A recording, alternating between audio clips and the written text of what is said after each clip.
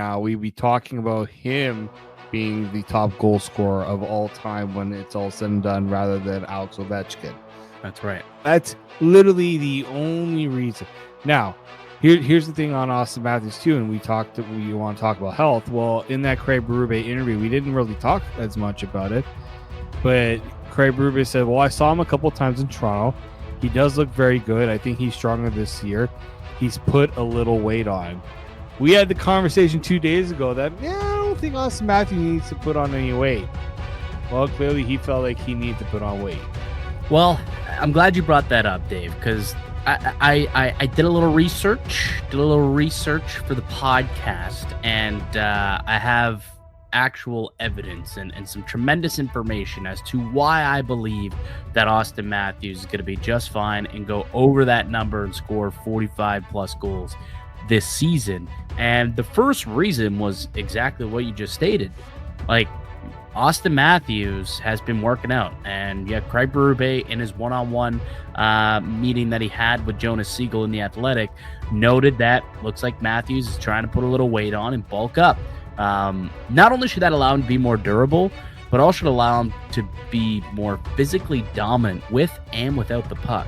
And when he's being physically dominant out there, he's a different player. Like, he's an absolute animal. And I kind of look at him, right? If he can be as physically dominant, you look at the way that he can shoot the puck, he'll be far more puck dominant as well. I think that Matthews will change the way he plays a little bit too, where he won't be as reliant on the playmakers around him, where I think he's going to have to take on a little bit more of a controlling role and be far more puck dominant himself, kind of in the ilk of a Nathan McKinnon. Like, yeah, McKinnon had Rantanen, but he still drove play himself and was able to score on his own.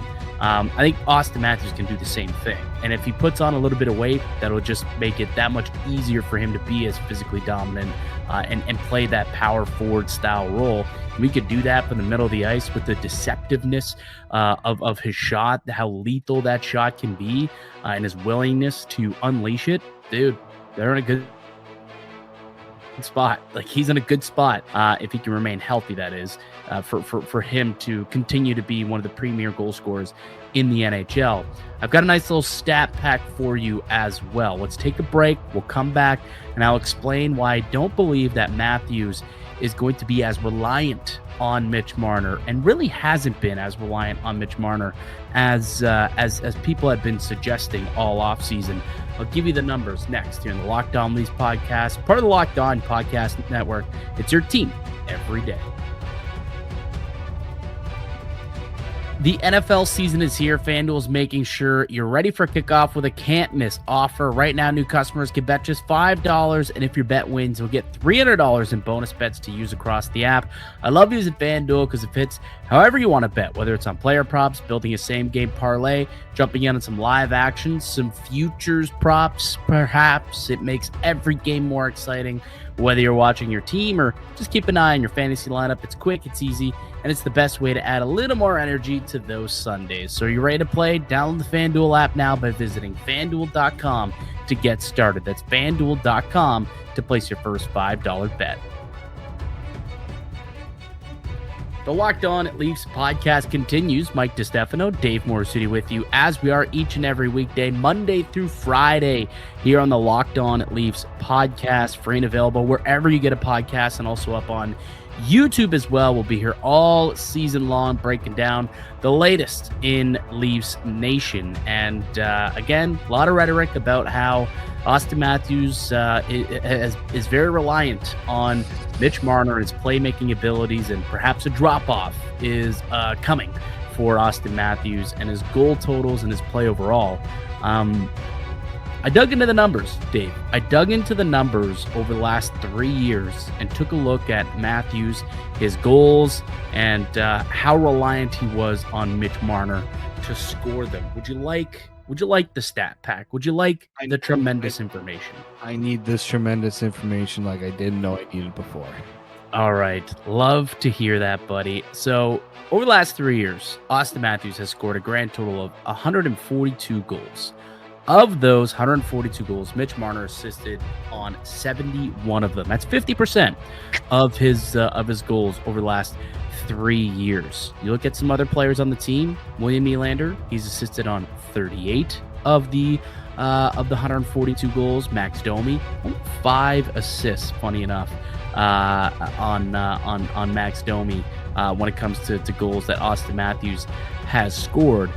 However, Dave, when you really break it down to a per 60-minute basis for how often these guys have played together, like per minute, per assist, it breaks down that actually Max Domi has been the most efficient player that Austin Matthews has played with over the last 3 years. On a per 60-minute basis at 5-on-5, Marner has 0.83 assists per 60 minutes at 5-on-5.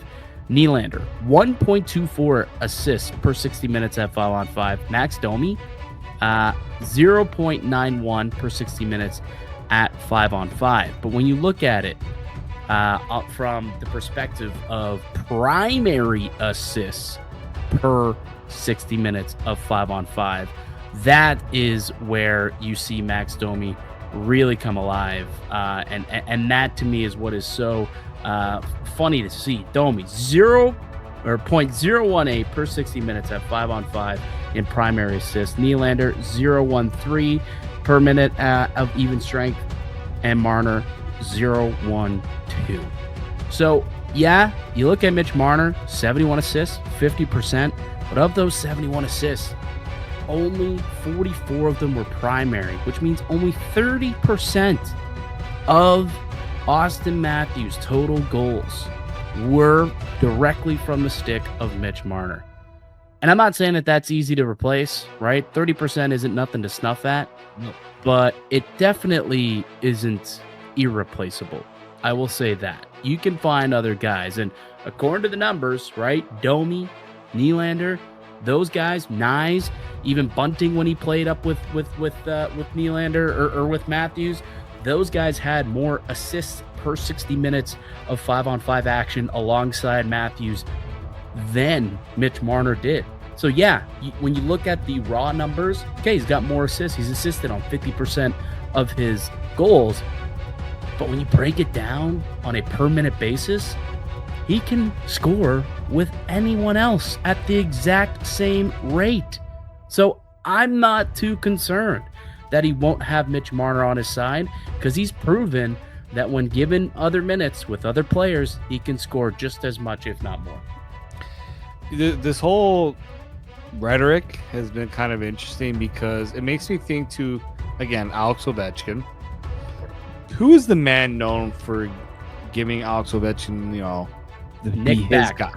Nick Backstrom. Mm-hmm. Nick Backstrom's been out of the league the last few years. Not once have I ever heard